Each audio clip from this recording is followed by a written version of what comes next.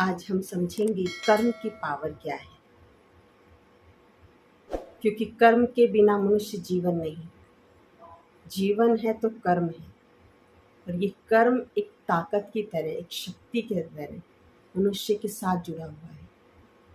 और कर्म की शक्ति, कर्म की ताकत किस प्रकार मनुष्य के साथ चलती है, किस प्रकार कार्य करती है। मान लीजिए किसी नगर में तालाब को बनाने के लिए, तालाब निर्माण के लिए दो व्यक्तियों ने 2-2 लाख रुपए दान किए, परंतु एक व्यक्ति ने जो 2 लाख रुपए दिए निस्वार्थ भाव से दिए, समाज कल्याण के भाव से दिए, सेवा के भाव से दिए। लेकिन दूसरे व्यक्ति ने जो 2 लाख रुपए दिए, उसके मन में कहीं ना कहीं ये भावना थी कि लोग मुझे समाज सेवी समझें, मेरा नाम हो, मुझे पहचाने, या भविष्य में जो चुनाव आने वाला है सरपंच का, उसमें मुझे जीत हासिल दिलाए, और भी कुछ इस तरह की। दोनों ने किया है, लेकिन दोनों के दान करने की भावना अलग अलग थी। अगले जन्म में जब वो दोनों व्यक्ति गए तो दोनों व्यक्तियों ने चूंकि बराबर दान किया था, तो उनको धन, संपदा, शोहरत, संपत्ति, वैभव, सुख सुविधा बराबर मिली। पर दोनों की भावना विपरीत थी, तो उसका क्या फर्क महसूस हो सकता। दिए तो 2-2 लाख रुपए थे, तो 2-2 लाख की बजाय उनको बराबर प्रॉपर्टी मिली, बराबर सब कुछ, जो स्थूल सुविधाएं थी वो सब बराबर मिली। लेकिन जो व्यक्ति ने निस्वार्थ भाव से दी थी, सामाजिक कार्य की रीति से दी थी, उसका प्रभाव दूसरे जन्म में देखने को मिलता है कि वो एक दयालु, कृपालु और सबके कल्याण के हित वाला, सबके सहयोग की भावना वाला, ऐसे संस्कार लेके पैदा होता है। और जो दूसरा व्यक्ति है, सब कुछ है उसके पास, लेकिन वो महाकंजूस, निर्दयी, ना खुद खर्च करे, ना अपने मित्र संबंधियों के लिए खर्च करे, इस तरह की वृत्ति का, इस तरह के संस्कार लेकर के वो पैदा होता है। उस धन का उपयोग वो अच्छे से नहीं करता है। जो पहले व्यक्ति ने के जो संस्कार थे, जिस संस्कार के कारण उस धन को वो अपने मिलने वालों पे, अपने परिवारजन पे बहुत अच्छे से खर्च करता है, जिसकी वजह से उसको लोगों से दुआएं मिलती हैं, आशीर्वाद मिलते हैं, सबका बहुत प्यार मिलता है, सम्मान मिलता है। और उसके बदले में दूसरा जो व्यक्ति है, जो कंजूस है, इतना, उसके संस्कार इतने कंजूस है, वो खर्च ही नहीं कर सकता। सब कुछ है लेकिन नहीं खर्च कर सकता। वो किसी की ज़रूरत में मदद नहीं कर सकता, ना अपने लिए ना दूसरों के लिए। तो उसको किसी की दुआएं नहीं मिलती हैं, कोई उसको प्यार नहीं करता है। ये उसके उस कर्म का ही फल है।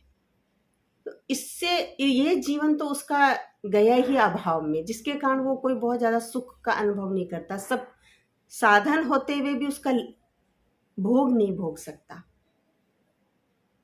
कहते ना, भाग्य में लेकिन भोग में नहीं है। सब कुछ मिला, सब कुछ होते हुए भी वो उसका सुख नहीं ले पाता है। और जिसका दुष्परिणाम हम यहाँ तक समझ सकते हैं कि इस जीवन में उसने कुछ भी अच्छा नहीं किया। जिसका दुष्परिणाम क्या होता है, ये कर्म कहाँ तक साथ हमारे पीछे रहता है, कि उसका जो और अगला जो जन्म होता है, उस जन्म में वो चाहता है कि मैं कुछ अच्छा काम करूं, कुछ पुण्य का काम करूं, धर्मार्थ अर्थ काम करूं, परंतु उसकी स्थिति, समस्या इतनी विकट है कि वो अभाव है, उसके पास साधनों का, धन का अभाव है, साधनों का अभाव है, पर्याप्त नहीं है। इच्छा है लेकिन उसके पास है नहीं, वो चाह कर भी कर नहीं सकता है। इतनी बड़ी ताकत है कर्म की। दिए दोनों ने बराबर जीवन में मिले तो हम चाहूं और अपने आसपास इस तरह के लोग देखते हैं, और आपस में हम चर्चा भी करते हैं, देखो इसके पास भगवान ने सब कुछ दिया है, लेकिन फिर भी कैसे रहता है, ना अच्छा खाता है, ना अच्छा पहनता है, ना दूसरों को अच्छा देता है। और एक व्यक्ति है जिसके पास बहुत ज़्यादा नहीं भी है, वो अच्छा यूज़ भी करता है और समय आने पर औरों की मदद भी करता है।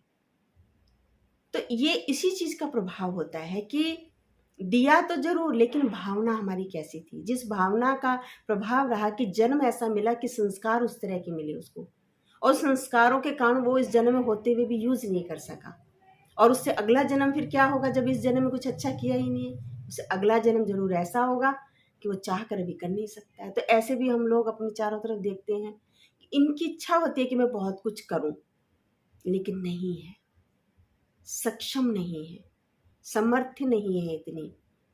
क्योंकि जैसा हम कर्म करते हैं उस कर्म का फल, अच्छा कर्म किया, श्रेष्ठ कर्म किया, उसका फल सुख के रूप में हमें अवश्य मिलता है। इस जन्म में मिले, अगले जन्म में मिले, कभी भी मिले। अगर हमने खराब कर्म किया है, किसी को दुख दिया है, किसी को कष्ट दिया है तो हमें भी कष्ट ही भोगना पड़ेगा। इस जन्म में भी मिल सकता है, अगले जन्म में भी मिल सकता है, पर मिलेगा जरूर। क्योंकि कर्म कभी भी हमारे से अलग नहीं हो सकता। कर्म की परछाई है, उसका फल मिलेगा ही मिलेगा। तो कर्म में बहुत बड़ी ताकत है। किया, पर किस भाव से किया, कैसे विचारों से किया, किस संकल्प से किया, वो बहुत मायने रखता है।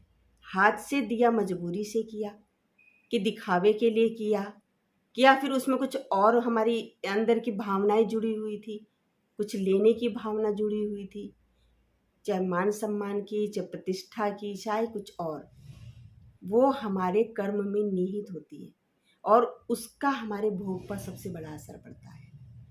इसलिए कर्म की पावर को हमें समझना है। कर्म में बहुत बड़ी ताकत है, कर्म अपने आप में बहुत बड़ी ताकत रखता है। इसलिए इस हमें लॉ को समझना है, कर्म की शक्ति को, और कर्म की शक्ति को समझ के हमें अपने कर्म करने हैं। तो कभी भी हमसे खराब कर्म नहीं होंगे और हमारा कर्मों पर विशेष ध्यान दें।